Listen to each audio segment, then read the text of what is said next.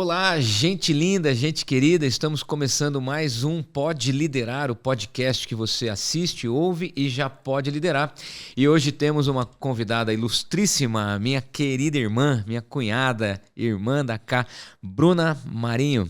Muito bem-vinda, seja Obrigada. muito bem-vinda ao Pode Liderar. Hoje o nosso bate-papo vai ser sobre maternidade, casamento, liderança.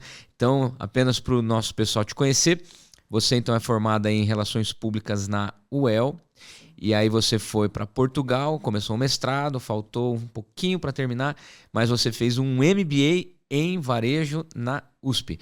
Fala um pouquinho dessa formação, como é que foi entrar na UEL? Com quantos anos você entrou? Dani, primeiro, obrigada pelo convite. Fiquei bem feliz com o teu convite. E vai ser um prazer a gente bater esse bate-papo aqui. Bom, vamos lá. Como que foi para entrar na UEL? Eu tive a sorte, na verdade, de conseguir ingressar assim que eu terminei os estudos, né, da Terminou escola. o terceirão? Terminei o terceirão, já consegui entrar. Araponga, Apucarana, né? Apucarana. Na época, eu lembro que eu queria muito entrar em jornalismo. E um pouquinho antes de eu me formar na escola, eu prestei aqueles vestibulares treineiro e não passei. Era muito concorrido. Eu não sei como que tá hoje, mas na época era 36 por 1. Eu nunca me esqueci o jornalismo. Olha só. E não passei. E aí eu me lembro que eu fiquei com medo. Quando chegou na hora de fazer de novo, eu falei, eu não vou fazer de novo não. Acho que eu vou tentar essa tal de relações públicas. Nem sabia direito o que faziam relações públicas e prestei. E acabei passando. Você, como que era o nome da escola lá de Apucarana? Eu estudei no Platão. Platão. Meus pais moravam em Jandaia. Isso. E aí eu estudava em Apucarana e tinha um ônibus da escola que nos buscava em Jandaia. Quando eu comecei a namorar a Camila, sua irmã, ela tinha 18 anos, então você tinha 16 anos. 16. Você tem 2 anos de diferença. Faz tempo. Faz uns dias já. Viu? E com quantos anos você entrou na UEL, então? Com 17, 18? 17 para 18, quase. E aí, como é que foi a formação? Você veio morar no Quinta da Boa Vista, em Londrina? Foi. Na verdade, logo que eu entrei na faculdade, eu fui morar ali do lado da UEL. Tem uns predinhos universitários. Isso. Eu fiquei um ano ali morando com uma amiga muito querida, chama Fernanda. E depois a gente decidiu mudar para o Quinta da Boa Vista. Ali, hoje eu não sei como também está, mas a gente considerava um local mais perigoso quando precisava sair no fim de semana. E aí nós nos mudamos para o Quinta da Boa Vista e lá eu fiquei até a conclusão do curso. E logo que você terminou, você foi para Portugal. Fui para Portugal. Como é que foi essa experiência? O que você quis fazer lá e o que de fato mais relevante aconteceu com você, na tua trajetória, na tua carreira lá em Portugal? Sim. Quando eu terminei a faculdade, eu tinha um trabalho, era um bom trabalho, mas no meu entendimento não era o trabalho que eu gostaria de permanecer por muito tempo. E aí foi uma decisão um pouco difícil, eu até namorava na época, e decidi por ir para Portugal, aproveitando que a minha avó morava lá. Meu tio também morava, então a questão da moradia já estava facilitada. E a minha primeira intenção era fazer uma especialização. Foi assim que eu acabei entrando no mestrado lá. Eu cheguei em maio e o mestrado começou, acho que em setembro. E aí, nesse período, eu comecei a trabalhar. Então, comecei a trabalhar no ramo que eles chamam lá de restauração, né? Que é restaurantes aqui. E assim começou uma jornada que eu pensei que duraria um ano. Mas no total acabei passando quase 4 anos em Portugal. E lá aconteceu o que, a meu ver, é o mais relevante na tua vida até aqui, que foi ter conhecido o Miguel Mateus. Sim, sem dúvida. Como é que foi? Eu conheci o Mateus depois de um ano que eu estava em Portugal. Eu tinha vindo de férias para o Brasil, fazia um ano e pouquinho que eu estava em Portugal, vim de férias para cá. E aí, no retorno, foi quando nós começamos a namorar. E vocês já vieram de lá casados no papel lá, né? Nós nos casamos no papel, porque o Mateus é piloto, né? Acho que as pessoas não sabem, não conhecem o Mateus, meu esposo é piloto. E para pilotar no Brasil, era preciso ser brasileiro. E ele também, para poder tirar as licenças necessárias, ele ia precisar já ter essa parte do casamento um pouco mais acelerada. Então, nós nos casamos lá. E passado uns 6 meses, nós viemos para o Brasil para, de fato, nos casarmos na igreja, da forma que a gente tinha sonhado. Eu e seu pai tivemos a alegria de fazer o teu casamento, né? Foi emocionante. Na Graciosa, foi sim. demais. E foi lindo que no dia do no momento do casamento passou um avião fazendo um mega barulho, foi muito emocionante. Foi. Eu lembro das músicas, I Don't Give Up. I Don't Give Up, né? E olha, sabe que nós já passamos por vários momentos difíceis. Sem dúvida. E eu sempre volto para essa música. Parece que, de fato, marcou ali, tem um significado muito grande. E várias vezes eu reflito e, de fato, assim, é algo que me faz pensar, não vou desistir.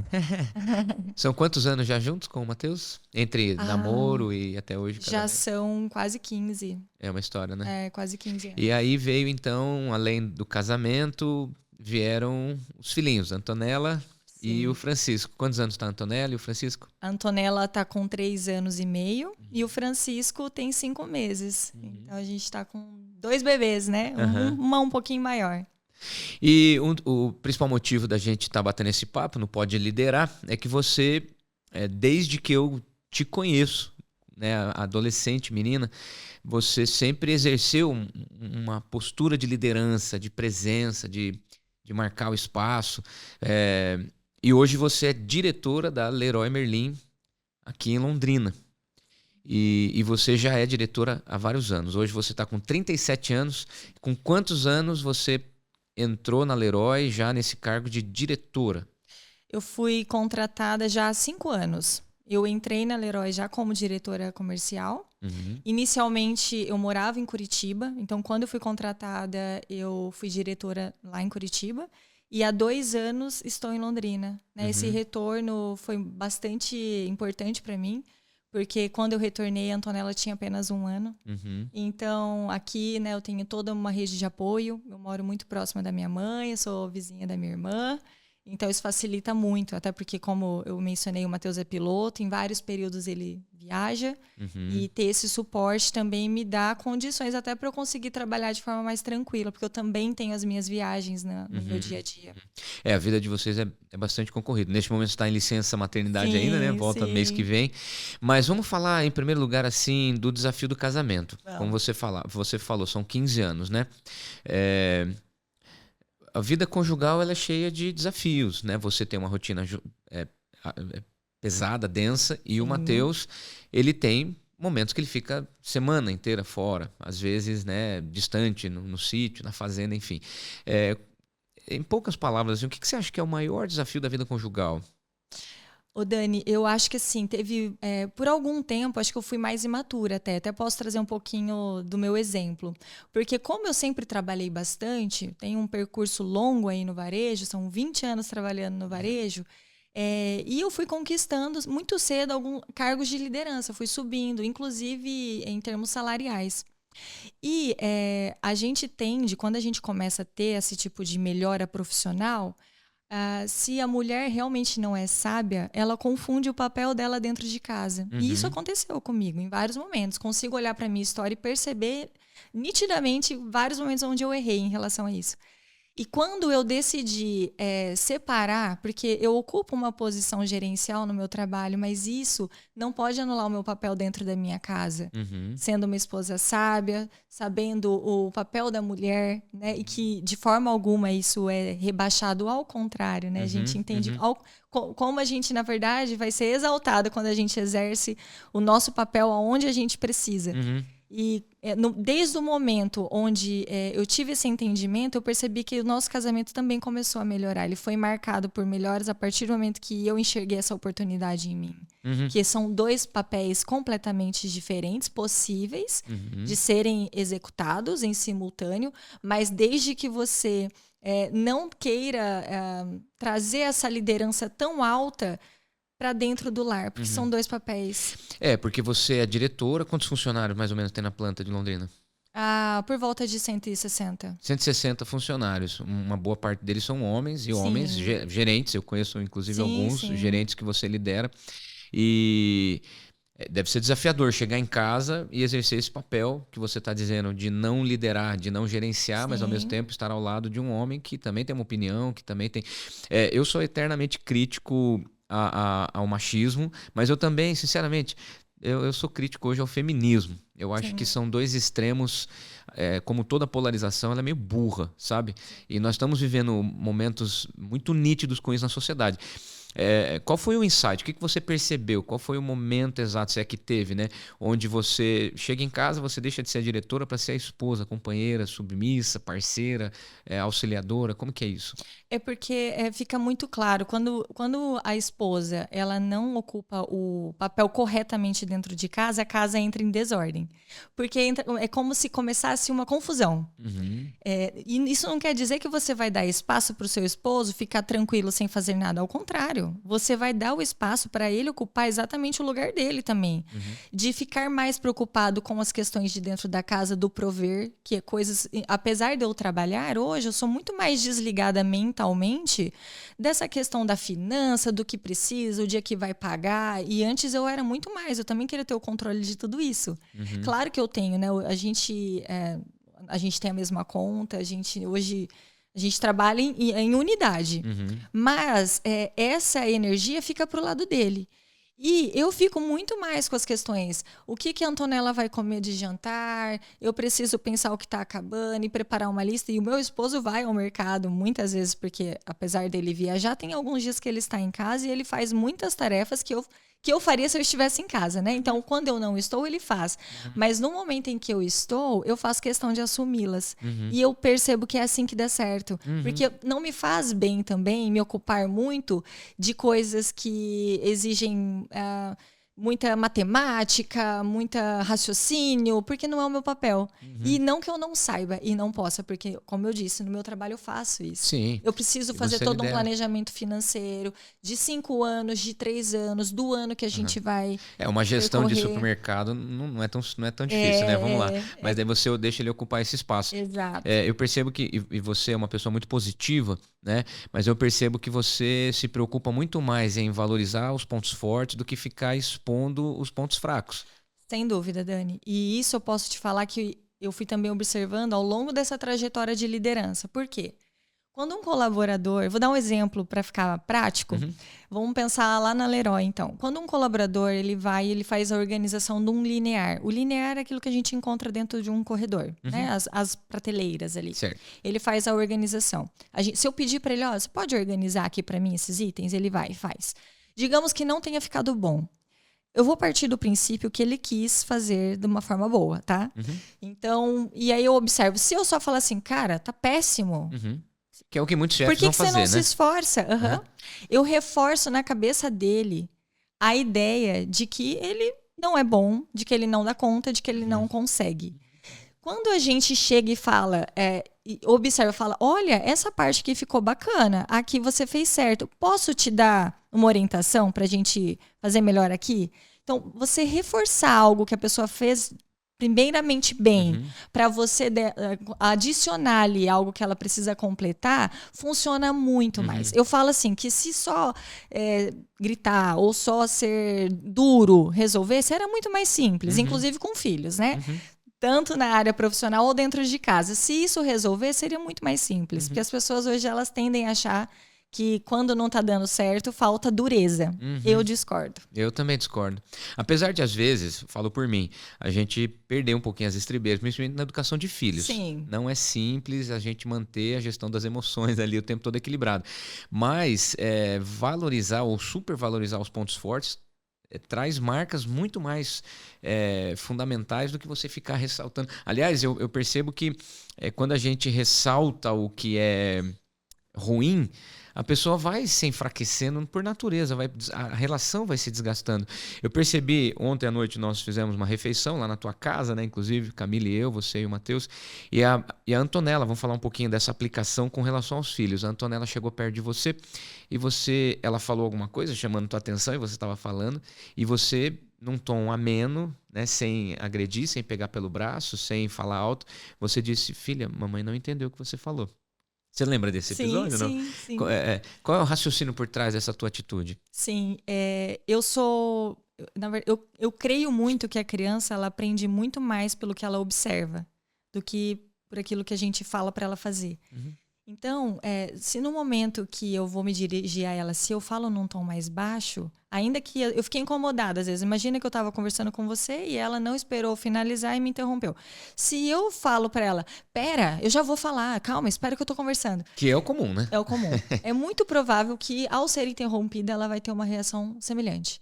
Então, eu tento fazer de uma forma... Hoje, para mim, já é mais simples, mas nem sempre foi. É exercício. Né? Então, eu tento falar de uma forma calma e baixa, porque daí é a forma que ela também vai se dirigir às pessoas. E funciona. Eu percebo muito quando ela agradece, porque algumas pessoas já trabalharam comigo e elas achavam engraçado. Você fala obrigada para ela várias vezes, né? Eu falo para ela falar. E, de fato, hoje, ela com 3 anos, algumas pessoas ficam impressionadas o quanto ela agradece, o quanto às vezes ela solta um por favor, com licença, enfim.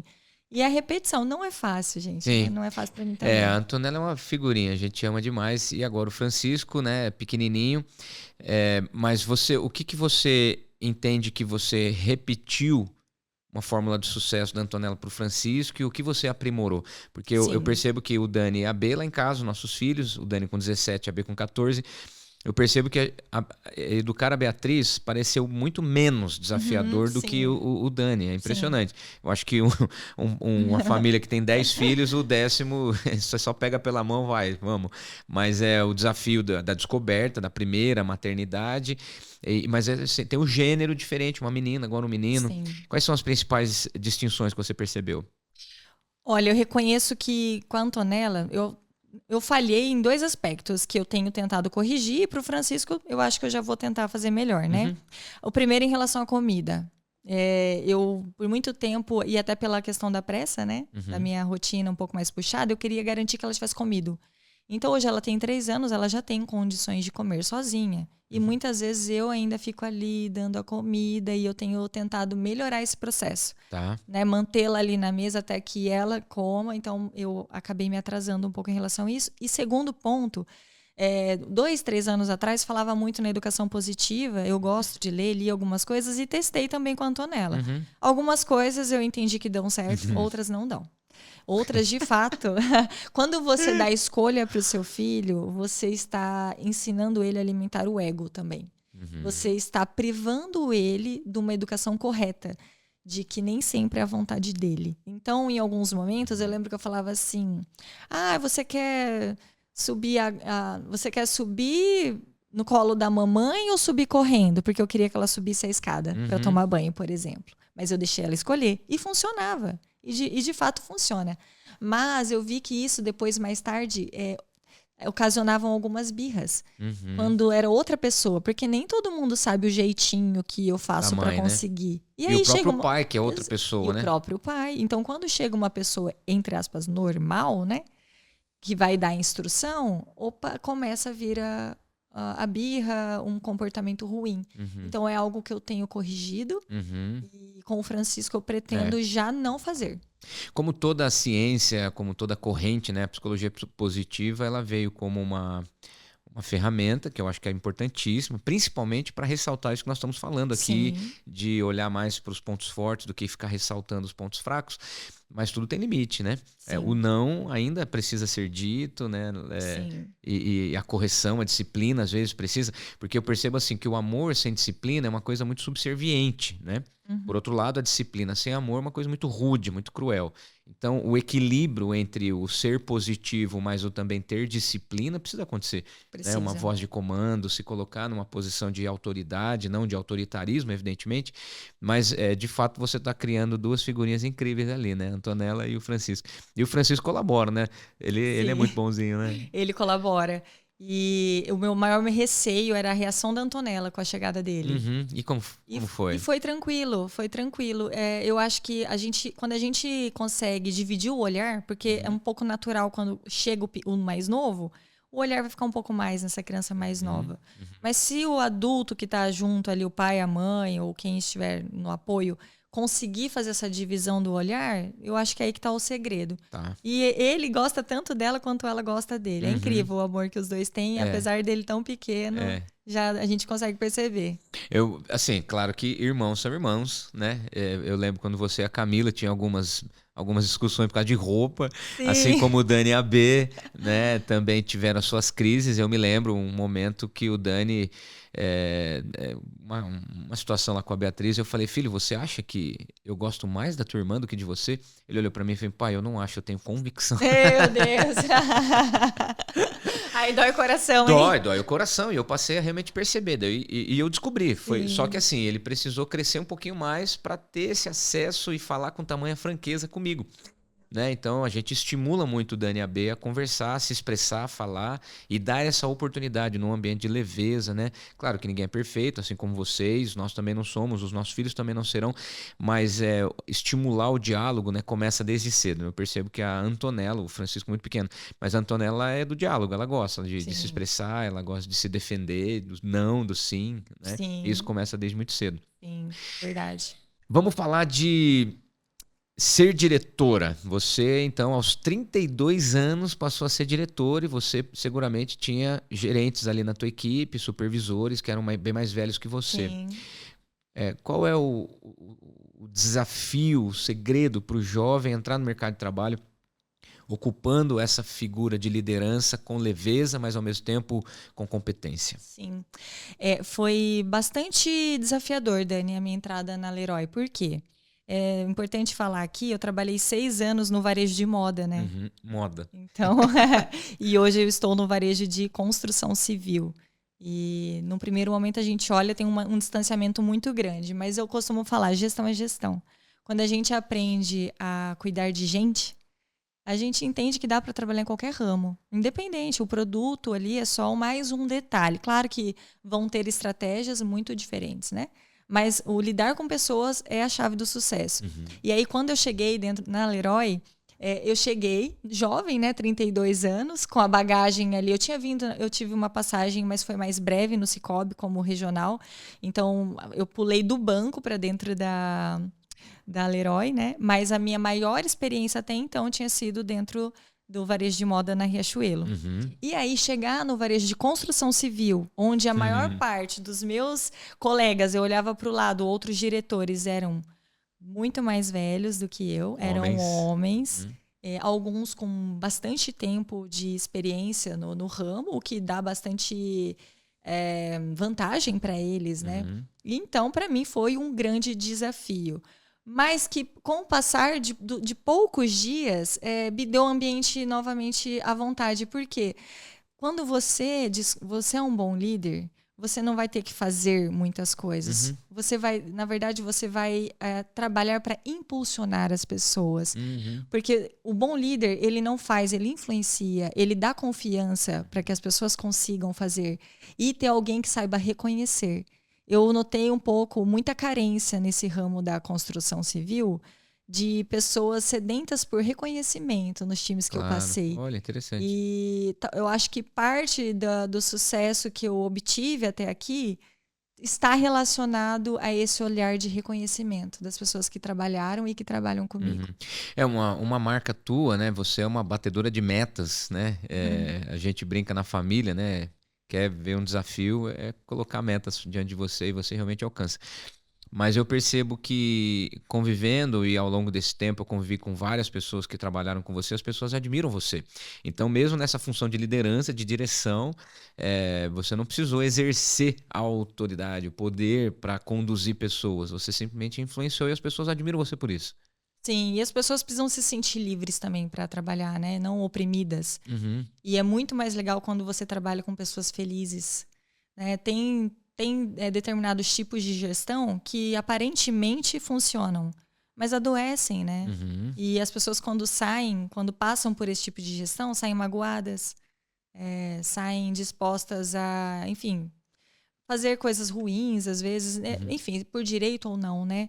Mas quando você tem uma gestão de forma muito mais positiva também, eu acredito que você...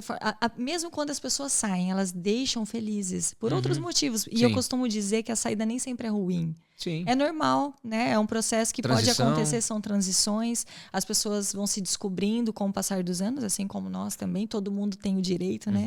E quando elas permanecem, não é só pelo fato de que não posso sair daqui porque senão não sei o que eu vou fazer. É muito melhor quando as pessoas permanecem por convicção. Eu estou aqui porque eu gosto de estar aqui, porque faz parte do meu propósito. Legal. Legal. Propósito, é uma palavra-chave, né? E é mesmo. Bom, vamos dar uma pausa na figura da Bruna, diretora, que nós já retomamos, mas vamos... o mundo para ela foi colorido. Ela entrou na UEL, foi para Portugal e fez o MBA na USP e tal. Como que foi a trajetória de quando você entrou na Riachuelo? Que você veio pro Brasil, casou, saiu de lua de mel... Não, acho que nem teve lua de mel, né? Você já foi contratada. Eu tive muito rápido, foi uma semaninha ali, né? Eu cheguei no domingo e segunda eu comecei a trabalhar. Isso, eu lembro disso. Você foi pra lua de mel, já tinha passado um processo seletivo. Sim. E a Riachuelo tinha te chamado. Sim. E você entrou na Riachuelo diretora, certo? Não. Não mesmo. Ô Dani, se você me permitir, eu só vou voltar a fita só um pouquinho. Tá. Porque se eu começar da Riachuelo, talvez as pessoas não tenham a mesma noção.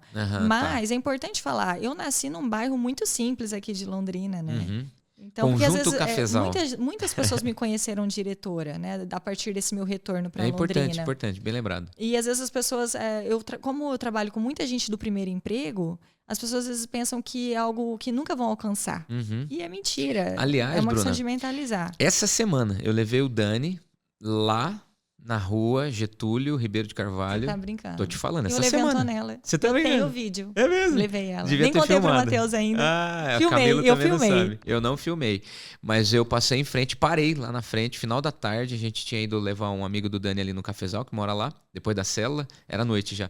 E aí eu encostei o carro e fiquei parado lá. Alguém deve ter até achado suspeito. E foi ali, naquela casa que você nasceu, a Camila também. E que quando nós nos casamos, nós fomos morar lá nessa casa, que é do seu pai, inclusive até hoje. Sim. Ali no Cafezal, né? Sim, uma casa simples, né, Dani? Simplíssima, uma casa popular, né? O seu pai reformou, evidentemente, tá muito melhor, mas ela ainda tem um aspecto de casa habitacional, de conjunto habitacional, né? Exato. Você veio de um lar simples, seu pai é pastor, sua mãe foi auxiliar de enfermagem durante a vida toda, né? E aí, mas como que foi então a trajetória até chegar a Riachuelo? Isso. Mesmo com toda essa simplicidade, você se formou na UEL, teve essa experiência em Portugal, chegou e entrou na Riachuelo. E aí no retorno para cá, para o Brasil, é importante também falar que a gente veio sem nenhuma promessa de emprego para nenhum dos lados, nem eu, nem o Matheus. Quando eu estava... Matheus se formou lá em Portugal, chegou aqui formado... 100%, assim, só com o sonho de ser piloto. Zero portas abertas. Zero portas abertas. A gente veio só com a expectativa. E aí, quando nós chegamos, um pouquinho antes do casamento, acho que na semana do meu casamento, começaram as entrevistas da Riachuelo. E acho que 1 dia, 2 antes, eu recebi o retorno positivo. E a vaga era uma vaga de liderança, mas uma liderança inicial, digamos. Não era para ser gerente, nada. Chamava encarregada administrativa. Eu era responsável ali pelas meninas do caixa. E fazia parte ali do dinheiro, enfim. Só que as coisas começaram a acontecer rápido. Desde que eu entrei na Riachuelo, eu adotei uma postura de quem, com certeza, seria gerente ali um dia. É mesmo? Então, eu sempre mentalizei isso. Apesar de eu estar num cargo mais baixo... Você tinha consciência desse foco? Eu tinha consciência do que eu queria. Eu não tinha consciência, eu não tinha a certeza, né, de que eu alcançaria tudo. Mas eu tinha certeza que eu queria ser gerente. Quantos anos você estava, Bruna, quando você entrou na 25, eu tinha acabado de casar. Você teve experiências antes no ramo da moda? Fui gerente em Portugal também. Gerente lá. E lá foi conquistado. Eu entrei não gerente, fui promovida. Mas aquele período que você estava, acho que na UEL, você trabalhou... Também fui gerente. Com moda. Sim. Como que foi aquela experiência? Foi assim, eu trabalhei no CDI. No primeiro momento, eu fui contratada 2 vezes pelo CDI. A primeira vez, basicamente era uma secretária e foi um dos meus primeiros empregos logo que eu comecei a fazer a faculdade. E eles já estavam começando a trabalhar com ensino à distância e eu preparava alguns kits ali para os franqueados da época. Aí passou um tempo, eu saí, fui fazer trabalhei com outras coisas, fui fazer estágio também obrigatório, faculdade, enfim. Mais tarde, o CDI me contratou como gerente da área de modelo e manequim. Né? Então, às vezes as pessoas perguntam, você foi modelo? Eu falei, não, eu já trabalhei com escola de modelo e manequim, mas era uma escola. E dentro do curso tinham várias disciplinas, não era só o desfilar, né? E era bem bacana. Eu reconheço que fazia diferença para as adolescentes. Mas você concorreu a Miss Jandaia e concorreu a Miss Londrina. antes. Eu estava lá, senhoras e senhores, lá no Country Club de Jandaia. Sim, sim. E você ficou... Eu fiz concurso de menina, de garota CDI em navio. A gente foi pra Argentina, Uruguai. E eu era muito nova, eu devia ter 20 anos. E eu fui responsável por uma galera que foi concorrer. Porque na época a menina era premiada com um carro e o rapaz com uma moto. Era um evento bem conhecido na cidade. Quem é de Londrina acho que vai se lembrar, porque depois tinha as divulgações. Marcão Careca, né? Passava no programa do Marcão Careca. Então, desde muito cedo, eu sempre gostei de assumir responsabilidades. Talvez tenha relação um pouco com a minha criação, porque eu e a Camila, de certa forma, a gente teve muita escolha. A gente assumiu responsabilidades muito cedo. Muito cedo, né? Mas por necessidade, né? Meus pais trabalhavam. Meu pai, uma época, trabalhava em outra cidade como pastor já, né? Já tinha lá a vocação dele. E a minha mãe, para dar conta desse período de estudos, de seminário do meu pai, tinha 3 empregos. Então, por muito tempo, foi eu e a Camila. E as duas bastante responsabilizadas. Com 6, 8, 10 anos de idade, vocês cuidando da casa, comida e limpeza. Com 6 anos, eu ia de ônibus para a escola com a Camila junto comigo, que tinha 8. Nós duas super íamos. Madura, né? Aos 8. Super, super. Então, quem ouve essas histórias não acredita que em algum dia no passado eu também fui de ônibus para a escola, muitas vezes estava no IEL, e com 6, 8 anos de idade eu vejo a Beatriz com 14, eu não sei se eu deixarei ela ir sozinha hoje de ônibus para a escola. Impressionante, né? Como as coisas mudam. Bom, enfim, vamos voltar para Riachuelo, porque a tua trajetória foi muito exponencial, foi muito, né, crescer rapidamente. Quais foram as funções que você acabou exercendo na Riachuelo? Então, eu entrei como encarregada administrativa e aí logo eu fui promovida, passado uns 6 meses, fui promovida a supervisora comercial e aí participei do processo seletivo de trainee, que é um processo nacional. Foi um divisor de águas, foi lá em São Paulo, eu fui aprovada e 7 meses depois eu recebi a minha primeira loja, que foi a loja do Londrina Norte Shopping. Já há mais de 10 anos, isso, muito mais. Eu me lembro, na esquininha ali da entrada. Foi a minha primeira loja. E aí depois eu inaugurei loja em Curitiba, também pela Riachuelo, fui promovida também a gerente pleno, tive vários reconhecimentos meritocráticos. E de lá para cá, né, acho que, sem dúvida, assim, a Riachuelo foi uma grande escola, principalmente no quesito de visual merchandising, de entender o produto, de exposição. E equipe, muitas né? coisas que eu aprendi lá, eu trago até hoje, né? E aprendi muito dentro da Leroy também, porque daí mudou a categoria de produto, né? Eu saí ali da calça jeans para trabalhar hoje com cimento, argamassa, né? E acredite, tem visual merchandising para tudo. E é impressionante, né? Você continua no varejo. Você é uma especialista em varejo hoje, até porque você fez um MBA na USP, e eu me lembro de como foi desafiador para você, né? Graças a Deus eu chamo você de irmã, nos aniversários a gente se dirige um ao outro como irmão e realmente é uma amizade bacana. E ver esse teu crescimento e esse teu amadurecimento realmente é real e foi degrau por degrau. Não teve nenhum input assim de um lançamento catapulta, né? Foi passo a passo, né? Foi passo a passo. E hoje você está lá uma especialista em varejo. Vamos explorar um pouquinho, porque talvez, né, o pessoal que assiste o nosso podcast, milhões e milhões de pessoas e no mundo inteiro. Mas vamos dar algumas dicas práticas, Bruna. Sim. Vamos lá. Uma pessoa que quer ser contratada. Quais são dicas preciosas como diretora, alguém que está realmente ali com o olhar para a contratação de pessoas que, evidentemente, você quer que cresçam na empresa, que do ponto de vista da empresa, quais são as necessidades básicas, simples, os inputs, as dicas que você dá para uma pessoa que quer buscar e quer fazer uma entrevista de trabalho e ser bem-sucedida? No processo seletivo e ser aprovado. Olha, é engraçado você falar isso, eu até gravei um vídeo há pouco tempo sobre esse tema. E tem 2 especiais, 2 dicas que funcionam muito, que eu percebo. É muito bom quando eu entrevisto alguém que tem uma ordem cronológica dos fatos. Então, começa contando, olha, eu nasci e tal, meu pai e minha mãe, e aí eu estudei aqui, trabalhei assado. Consegue seguir uma linha cronológica da história. Porque algumas pessoas se perdem e isso torna a conversa mais desinteressante. Então, às vezes, quem está te entrevistando já nem está te ouvindo.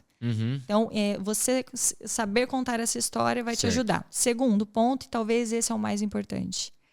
Quando você for contar das suas experiências profissionais, mais do que você falar assim, vou dar um exemplo. Eu vou falar que, olha, eu já trabalhei de gerente na Riachuelo e eu fui gerente regional no Sicoob. Não é interessante. Então, é você contar situações. Olha, quando eu fui gerente na Riachuelo, teve uma situação que me marcou. Teve um ano que a minha loja, dentre mais de 300 lojas, a gente ganhou um reconhecimento com o maior engajamento do Brasil. E aquilo me marcou. Então, quando você traz situações... É muito mais interessante, né? É interessante e comprova o bom trabalho que você fez. Ah, Bruna, mas eu nunca tive uma grande experiência. Não importa. Imagina uma pessoa que trabalhou no McDonald's. Ela pode falar assim, olha... Quando eu trabalhava no McDonald's, eu gostava muito. Inclusive, teve um momento em que eu fui reconhecido pelo meu gerente porque eu consegui fazer dentro do tempo que foi estipulado. E eu me senti muito feliz por ter conseguido. Estou dando um exemplo. Na realidade... E nunca contar mentira. Sim, óbvio. Claro. Mas contar coisas que aconteceram. Porque quando você traz a situação, é como se você estivesse falando isso de fato aconteceu. Mas, na realidade, uma pessoa fala assim, não passei por grandes experiências relevantes.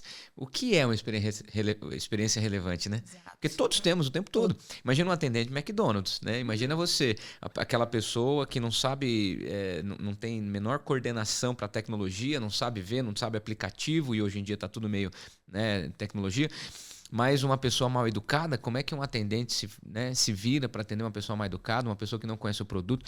Quer dizer, experiência é o famoso storytelling, né? Exato. É o storytelling. Exato. Qual é o valor do storytelling num processo seletivo para a pessoa ser aprovada? E quando você fala assim, todas as experiências são relevantes. E, de fato, a pessoa que, por exemplo, nunca teve uma experiência profissional, um jovem que vai começar, talvez é o primeiro processo seletivo. Quantas experiências valiosas esse jovem teve dentro da escola? Sim. Né? Com trabalhos em grupo, ele pode contar como ele se sentiu, pegar algum aspecto positivo ou de algum trabalho que o marcou. Olha, o que mais me marcou dentro da escola foi tal coisa e tal. Ao invés de falar assim, acabei a escola agora. Não é interessante. Então, eu falo muito dessa dica. Toda história tem uma situação interessante a ser contada. E um processo seletivo, principalmente quanto mais de base for o processo seletivo, normalmente são entrevistas rápidas, você não tem tanto tempo. Escolha ali momentos legais, marcantes e arruma uma brecha e conta. Legal. Isso vai te ajudar. Ótimo. Vamos lá, uma pessoa entrou na empresa e ela quer ser promovida. Sim. Quais são as dicas principais para uma promoção? Muita gente fala que quer, e se aplica pouco. Esse é o que eu vi nesses meus 20 anos de varejo. A pessoa que quer ser líder, ela tem que ter em mente que ela precisa influenciar antes de receber o crachá. Porque ninguém acredita que...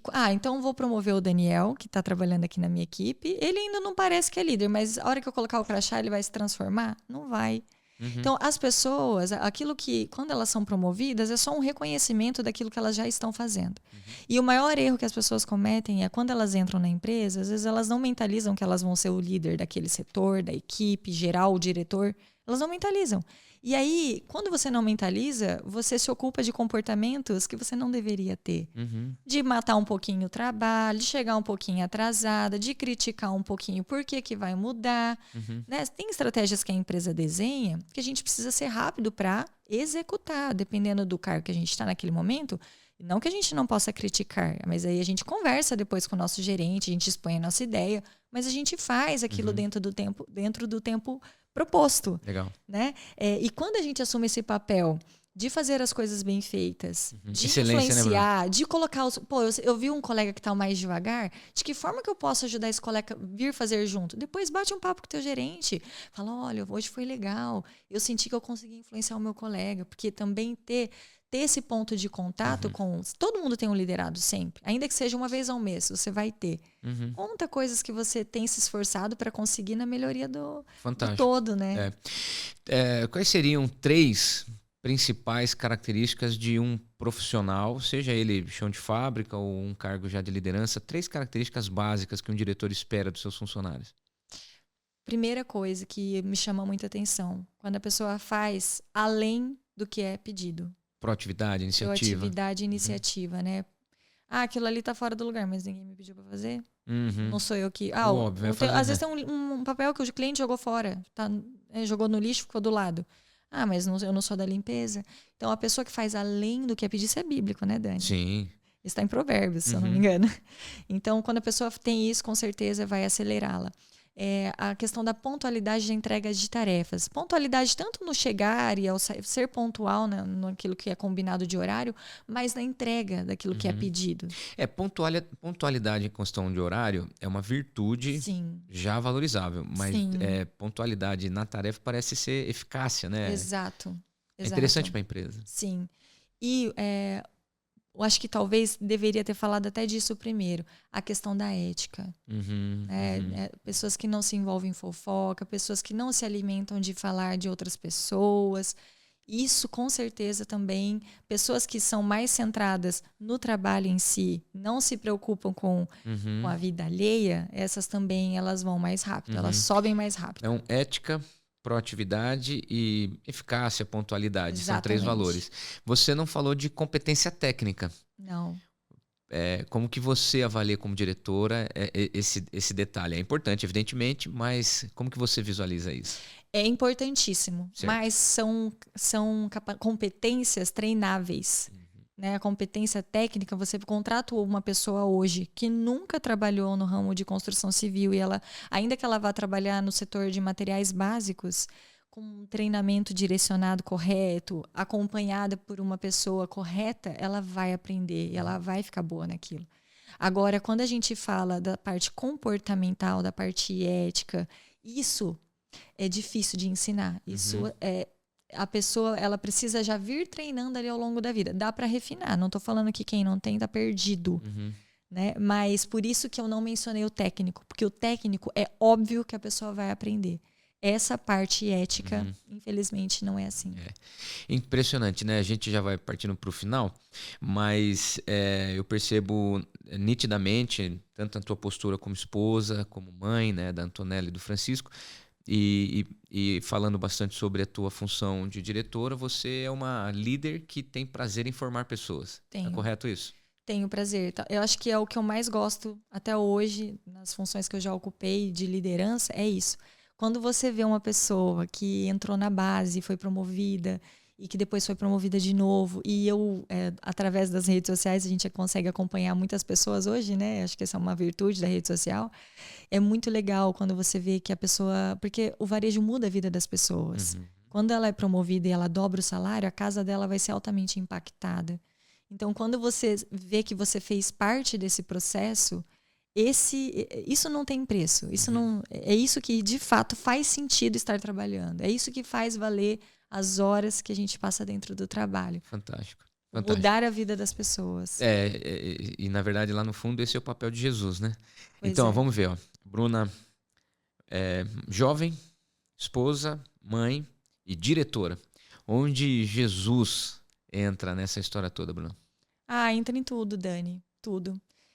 E sabe que, como eu disse, né, a gente nem sempre tem essa cabeça. A gente vai se fazendo. A gente é jovem, por mais que eu já tive a minha experiência com Jesus muito jovem, mas a gente vai tendo novas, né? E cada vez tendo mais convicção. E muitas vezes eu já me fiz essa pergunta: o que Jesus faria? Porque em momentos quando as coisas não estão bem, quando a gente se depara com uma situação muito difícil, às vezes a gente quer agir pela nossa impulsividade, com raiva. Mas como seria a atitude de Jesus? E porque as pessoas acham que Jesus era só bonzinho. Mas não é verdade. Né? Jesus, ele sempre tinha a melhor forma de agir. Então, a inspiração para uma boa liderança, tudo que é necessário, a gente encontra na figura de Jesus. E, sem dúvida alguma, ele é a minha maior inspiração. Fantástico. E qual o livro que você está lendo hoje na tua cabeceira? Como que você está alimentando? Além da Bíblia, né? E a sua vida com Jesus. Tal. Sim. Eu gosto muito de ler sobre hábitos. Eu sou muito curiosa acerca dos hábitos, né? E o livro mais recente que eu li sobre hábitos foram Hábitos Atômicos. Também li um que chama Garra, né? Não tem propriamente a ver só com hábitos, que também é bem interessante. E recomendo, porque quando a gente aprende a criar hábitos e também deixar de fazer coisas que são hábitos ruins, que a gente precisa descartar, a vida fica mais simples também. Porque a vida de todo mundo é ocupada. Sim, claro. Às vezes a gente fala, como que aquela pessoa dá conta? Tem um jeito. Só que também, assim, o que é para aquela pessoa, às vezes não é para você. Então, o primeiro fato é você entender, assim, o quanto você quer as coisas que você quer mesmo. E aí, estudando um pouquinho de hábitos, ajuda. Porque daí, hábitos que você ainda não criou, você pode treinar. E hábitos que você entende que está te atrapalhando, posso até falar um que atrapalha, acho que 90% da humanidade hoje, que é o próprio celular nas redes sociais, claro. né? A gente tem... E vai tempo, hein? Consome. E às vezes não sobra meia hora para uma atividade física, para uma alimentação saudável, para brincar com atenção com o filho. Falta tempo para tudo e às vezes a gente perdeu ali, enfim, né?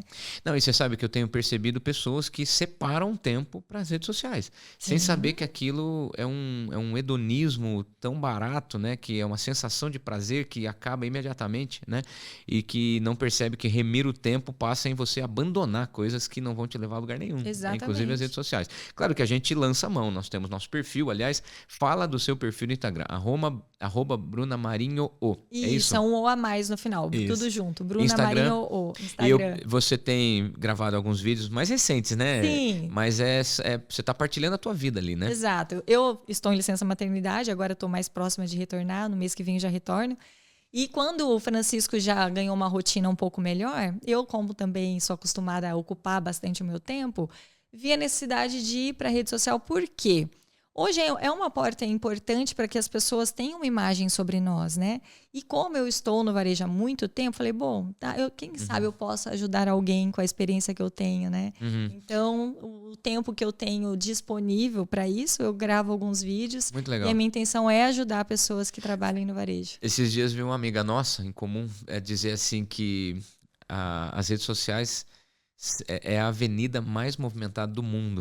Interessante. Interessante, né? Interessante. Tá todo mundo passando por lá. E além de tudo isso, Bruna, você ainda consegue, na tua rotina, já que você falou de Hábitos Atômicos, que é um livro interessantíssimo, eu não li, mas já tive com... Você me deu o livro para folhear, eu acho realmente que talvez precisa ler, mas você consegue adicionar na tua rotina... Atividade física constante, né? Você leva uma vida saudável.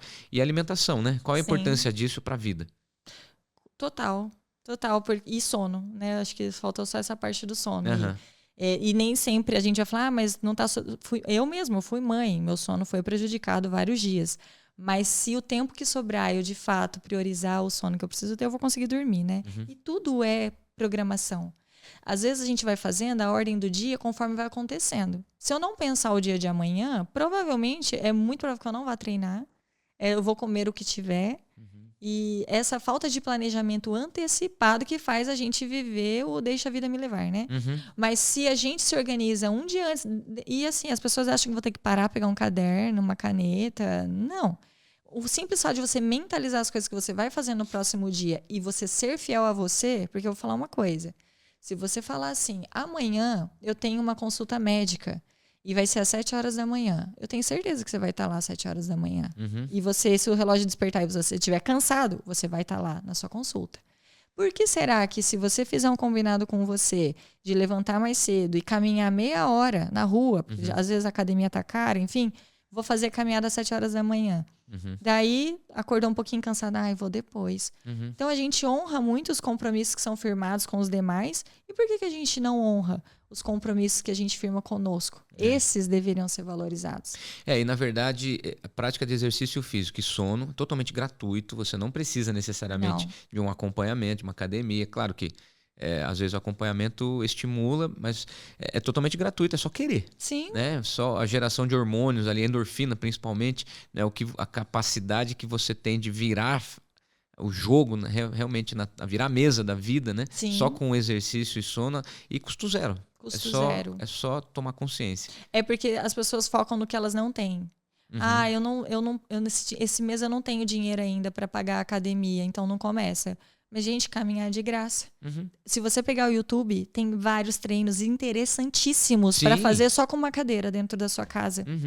Então, não tem elástico, desculpa. Né? Mas aqui sozinha eu não consigo. Se você focar nisso, você não consegue. E as pessoas, elas veem, quem já está performando, quando elas começam, elas sentem uma distância muito grande entre elas, do ponto onde elas estão, para quem está performando. O ideal. Exato. E essa distância, muitas vezes, que desestimula, né, a pessoa. A gente precisa aprender a valorizar quando a gente tem pequenas vitórias. Bom, eu não treinava nenhuma vez por semana. Se essa semana eu for uma vez, eu deveria ficar mais feliz por ter ido uma vez do que por não ter ido os outros 6 dias. E quando a gente... Isso é treino mental, né? Porque com as pessoas, a gente é bastante solidário. Mas a gente é carrasco da gente mesmo. O Augusto Cury fala muito isso, muito. né? Nós somos carrascos de nós. Se a gente aprendesse a aplaudir os nossos pequenos acertos, tanto quanto a gente, às vezes, para o outro, a gente o eleva, mas veja, você está fazendo isso. Quando você vai dar um conselho para um amigo, você não fala para ele? Mas olha, vê por outro lado, você já está fazendo isso. Para o outro, a gente é solidário, com a gente é carrasco. Quando você treina, e isso é um hábito, treina o seu cérebro a começar a aplaudir as suas pequenas vitórias, você vai dando passos mais seguros. Você não fica mais triste porque você só foi uma vez. Você fica feliz. Opa, eu fui uma vez. Na semana que vem você foi 2. Você já foi o dobro. Olha só, sensacional. E aí as pessoas às vezes dependem do incentivo. Como elas não têm alguém perto delas, elas desmotivam e param. E nada melhor do que quando você você essa pessoa que se motiva. É impressionante, você citou Augusto Cury, né? Nossa mente, ela pode nos governar, ela nos governa, evidentemente, mas a gente não tem noção de que a gente tem poder para reverter qualquer pensamento, qualquer mentalidade. Sim. O Augusto Cury fala também, suportar os invernos emocionais. Todo mundo tem. E ser um eterno apaixonado pela vida, né? Pela vida, pois exatamente. Mensagem final para quem quer ser feliz, Bruna. Ser feliz é simples, sabe? A felicidade, ela tá ali, ó, quando você acorda e você toma um café da manhã, às vezes num domingo ou no dia que dá tempo, porque eu sei que a semana inteira não dá, mas é um café da manhã que você toma com a sua família. Felicidade é um dia que você vai caminhar, o vento bateu no seu rosto. É um dia que você fez um papá diferente, comeu um almoço gostoso. É um dia que você ajudou alguém. Meu Deus, isso é muito bom, poder ajudar alguém. Tem tanta gente querendo ser ajudada. Ajuda uma pessoa, você vai ser feliz, tenho certeza. Então, a felicidade, ela é simples. Quanto mais a gente acessa, mais a gente percebe isso. Fantástico. Obrigado, Bruna. Privilégio ter recebido você. Pois é, Obrigada. É assim. A felicidade é simples. Estamos diante de uma jovem que é esposa, mãe, diretora da Leroy Merlin Londrina, um histórico fantástico, uma vida cheia de conquistas, degrau por degrau, e eu pude testemunhar tudo com muita honestidade, ética, transparência, felicidade, aplicação, disciplina. E é o que você pode fazer. Jesus pode entrar na tua história e reverter qualquer quadro de tristeza e de solidão, de depressão e de ansiedade. Basta você seguir bons conselhos, como o de hoje, e falar para Jesus, me ajuda, eu estou pronto para reverter a minha vida e sair do 0 ao 1000, sair do menos para o positivo. Você pode transformar a sua vida com bons hábitos olhando para Jesus e a qualquer momento você já pode liderar. Este foi mais um episódio e você é sempre muito bem-vindo. Pode Liderar, o podcast que você ouve e tem vontade de liderar. Um abraço, até mais.